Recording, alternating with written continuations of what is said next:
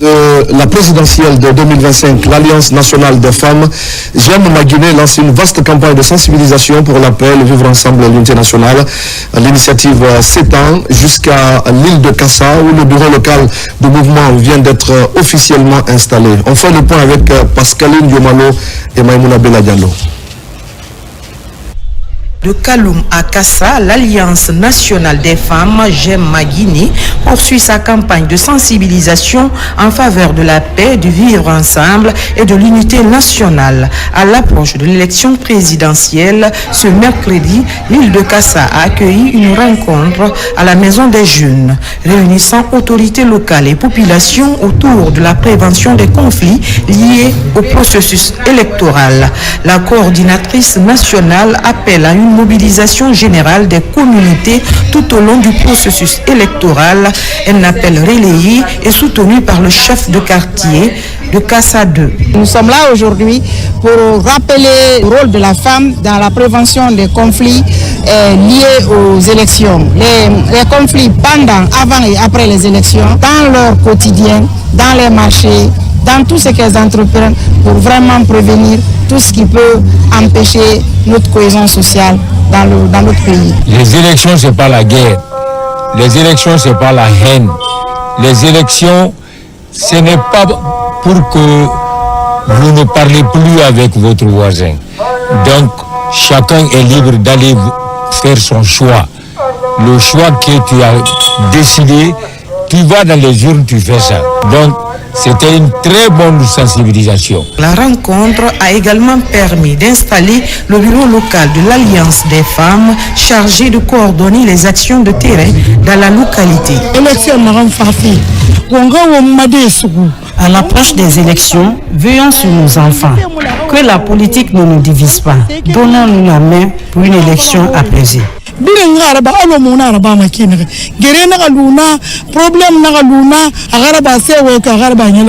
L'Alliance prévoit d'étendre cette campagne sur tout le territoire d'ici au scrutin afin d'accompagner les populations et de contribuer à un processus électoral serein et maîtrisé.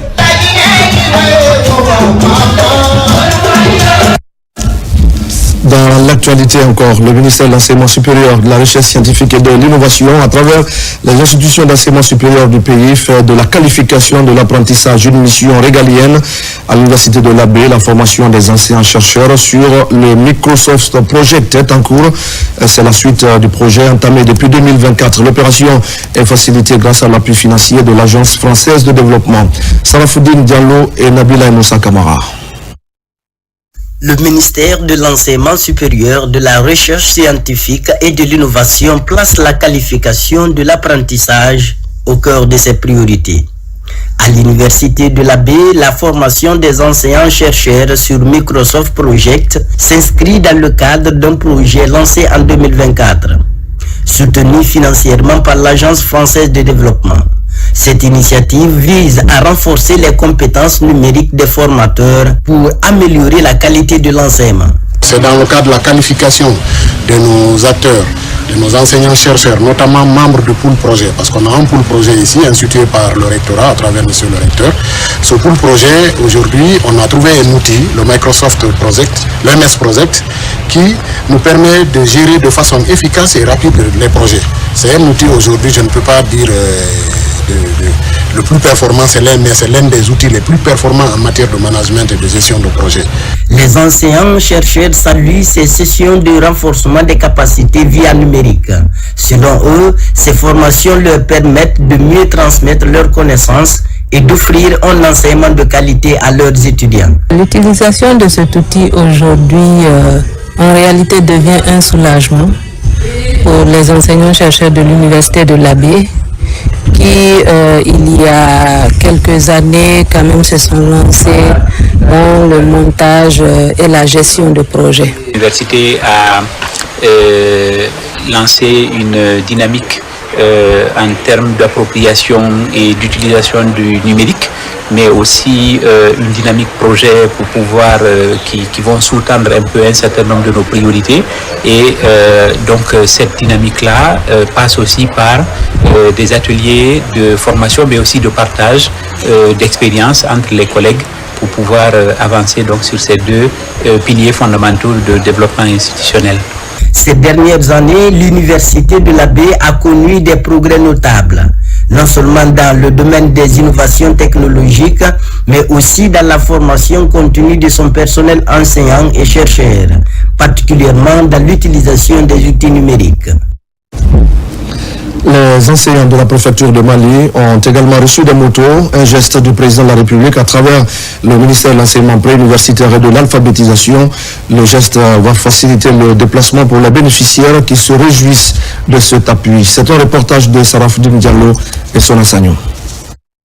L'éducation, deuxième pilier du projet Simandou 2040, reste au cœur des priorités du gouvernement. Pour améliorer les conditions de travail des enseignants dans les zones reculées, la direction préfectorale de l'éducation de Mali vient d'être dotée de 21 motos neuves destinées à faciliter la mobilité des encadreurs sur le terrain. À vous, chers enseignants bénéficiaires, ces motos que vous recevez aujourd'hui sont avant tout un témoignage de confiance. Elles viennent reconnaître notre courage, notre patience, votre détermination à servir la nation.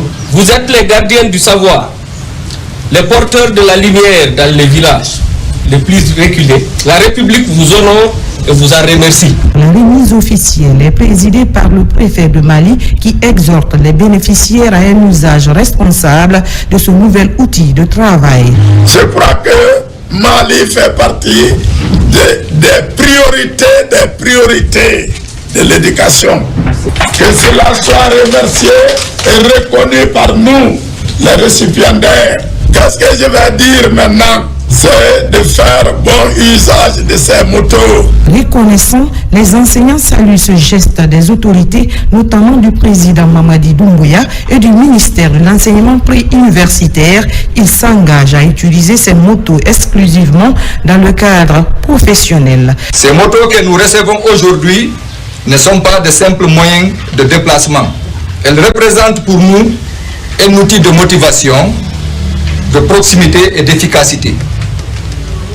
Dans un contexte où beaucoup d'enseignants doivent parcourir de longues distances pour rejoindre leurs écoles, souvent en zone rurale ou difficilement accessibles, ces engins viendront alléger nos souffrances. Depuis le 5 septembre 2021, le secteur éducatif guinéen connaît une refondation profonde marquée par l'amélioration des infrastructures et des conditions de vie et de travail des enseignants. La Guinée se prépare pour l'élection présidentielle du 28 décembre 2025. Une étape clé de la transition politique en cours et une nouvelle coalition vient de voir le jour. L'Alliance Doumbouya président, créée pour soutenir la candidature du président Mamadi Doumbouya. Elle regroupe 30 partis politiques et 75 mouvements de soutien dirigés par Abakar Silla, leader de l'UFC. Saint-Martin Fassinadouno et Kandesila.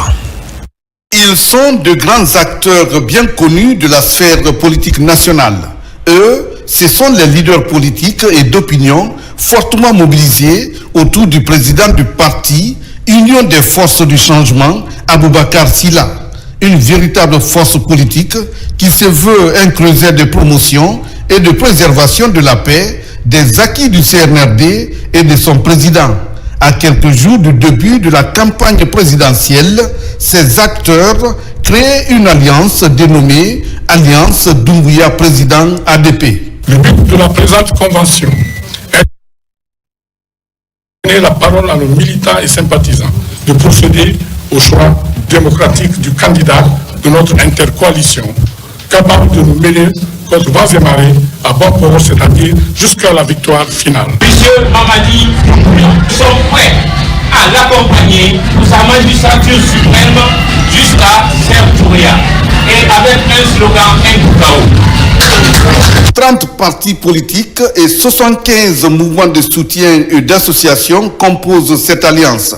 Objectif principal, susciter un soutien populaire, massif et structuré autour de la candidature du président Mamadi Doumbouya. Pour sa part, après un examen minutieux de la situation sociopolitique nationale, des candidats en lice pour le compte du scrutin du 28 décembre 2025, l'intercoalition proclame solennellement son soutien total, sans réserve, aux candidats du mouvement Génération pour la modernité et le développement, M. Mamadi Doumbouya.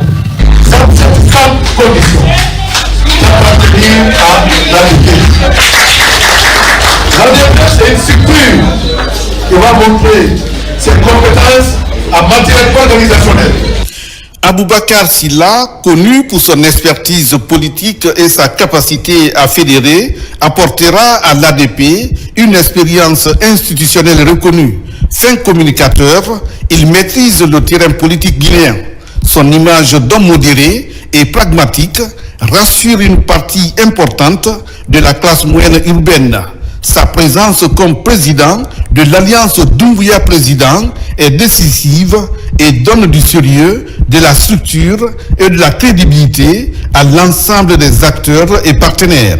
Sous le magistère de la transition dirigée par le CNRD et son président, M. Mamadi Doumbouya, de nombreux progrès ont été réalisés dans plusieurs secteurs.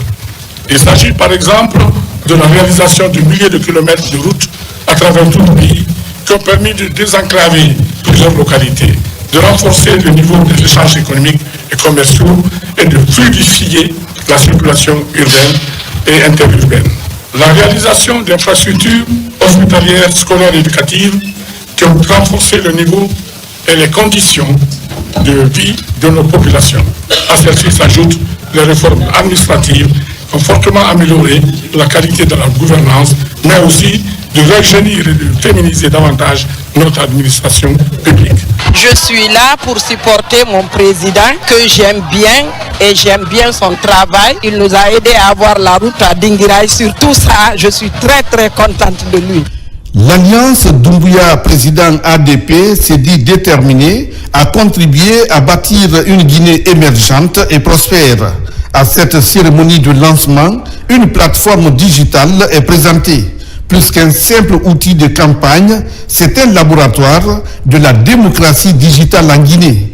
La création de cette plateforme représente une innovation majeure. Elle positionne la campagne présidentielle de M. Mamadi Doumbouya dans une dynamique moderne, inclusive et interactive, en ce sens qu'elle sera un outil de mobilisation sans précédent, un espace d'échange citoyen, un modèle de communication politique numérique pour une campagne apaisée, civilisée et orientée vers le projet de société du candidat Mamadi Doumbouya. Dans la préfecture de Dubrika maintenant, ils sont des centaines à s'être donné rendez-vous dès les premières heures de la journée.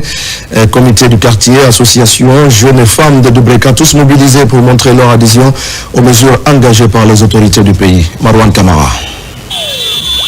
Dans les rues de la préfecture de Dubrika, les populations affichent leur volonté de voir se poursuivre les projets de développement en cours, infrastructures routières, modernisation des services publics ou encore programmes de soutien à la jeunesse. À travers cette marche pacifique, les citoyens de Dubrika expriment leur soutien au président Mamadi pour le décollage rapide de la Guinée.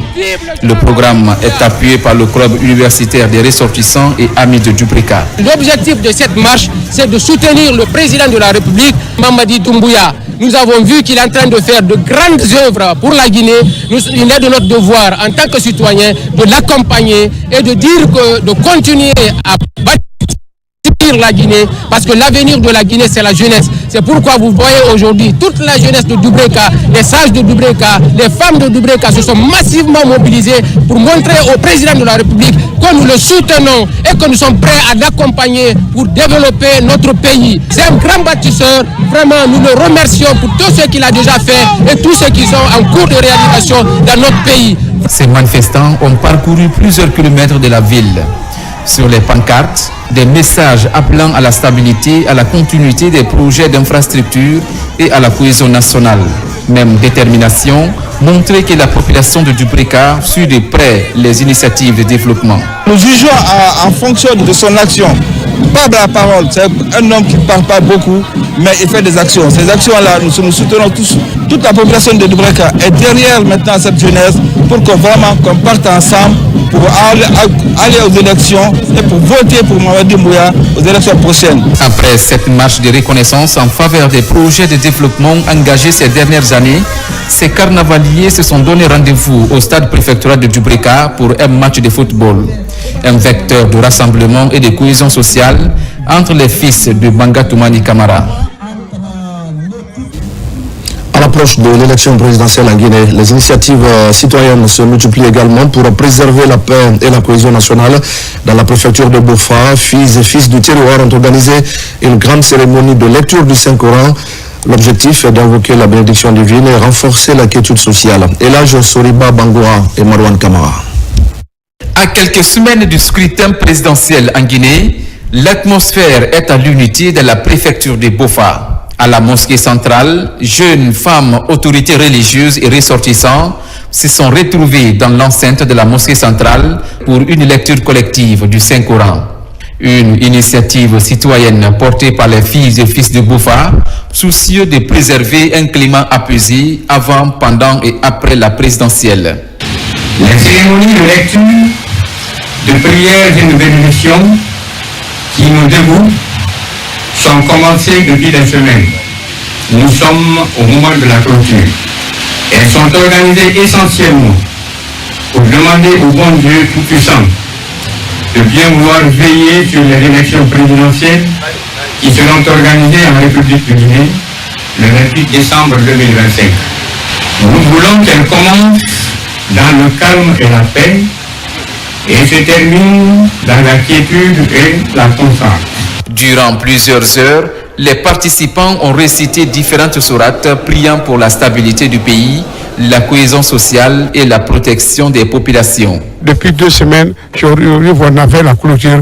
Demander à Allah, le Tout-Puissant, qu'il accorde sa grâce divine à notre République de Guinée, à notre cher président et son gouvernement, et que la campagne se passe dans de très bonnes conditions, dans la paix et la sérénité. J'exhorte toutes les sous-préfectures de la Guinée à faire pareil pour que continue à régner la paix en République de Guinée, pour que continue à donner une meilleure santé à notre président de la République. En inscrivant cette lecture du Saint-Coran dans une dynamique d'unité, les filles et fils de Bofa réaffirment leur engagement pour une Guinée stable, paisible et tournée vers le dialogue. Un message fort en cette période électorale où la préservation de la quiétude sociale demeure une priorité nationale. Et c'est la fin de ce journal. Merci à tous de l'avoir suivi. Je vous retrouve tout à l'heure à 20h30 pour un nouveau point sur l'actualité de la Guinée, notre paradis de richesse et d'innovation. À tout à l'heure.